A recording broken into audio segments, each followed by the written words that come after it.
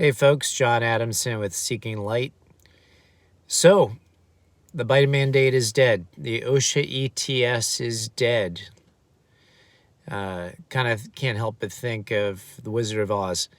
Now, with that said, it's kind of dead.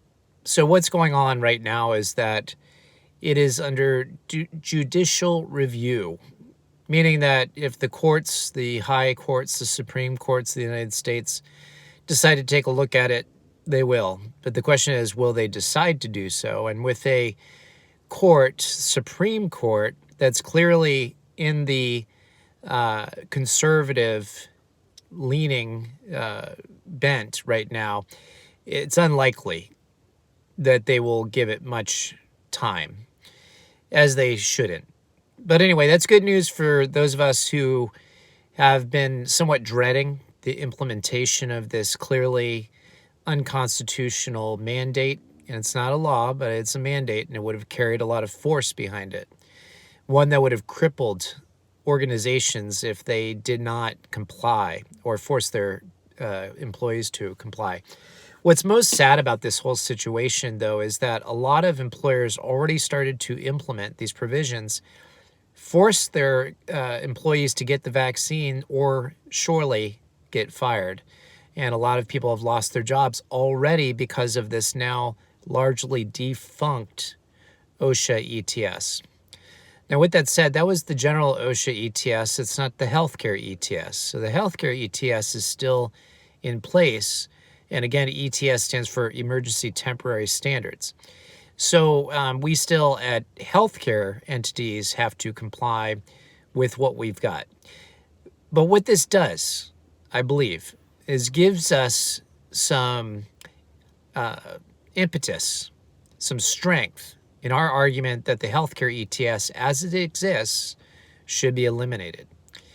Should healthcare employees, or employers, I should say, have the right to implement safeguards they see fit? Yes, as long as they don't violate our constitutional rights.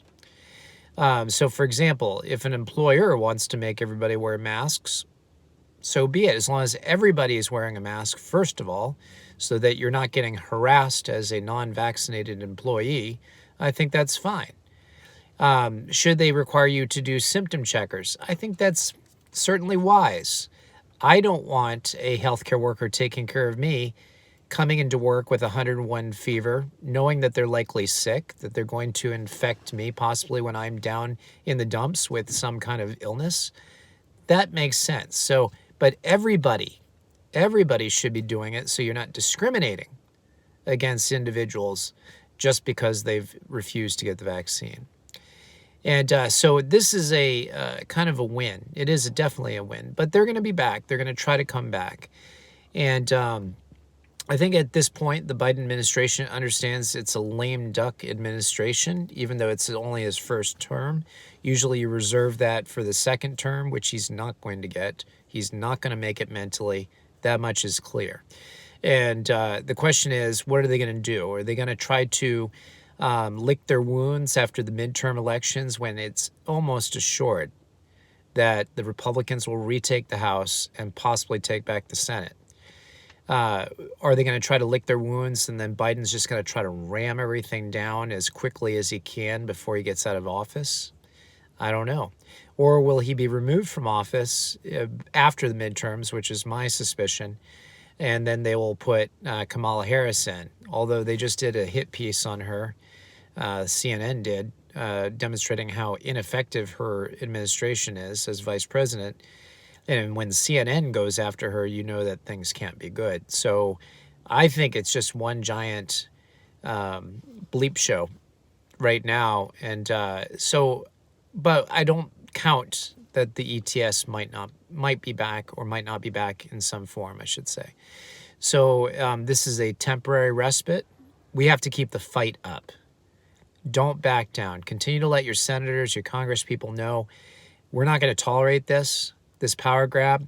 I think that if you're an employee that's been let go of because of these mandates that are not going into effect now, you need to lobby for your job back. You might even want to get involved in a class action lawsuit against the employer who acted unconstitutionally without a mandate, because the mandate was not in effect.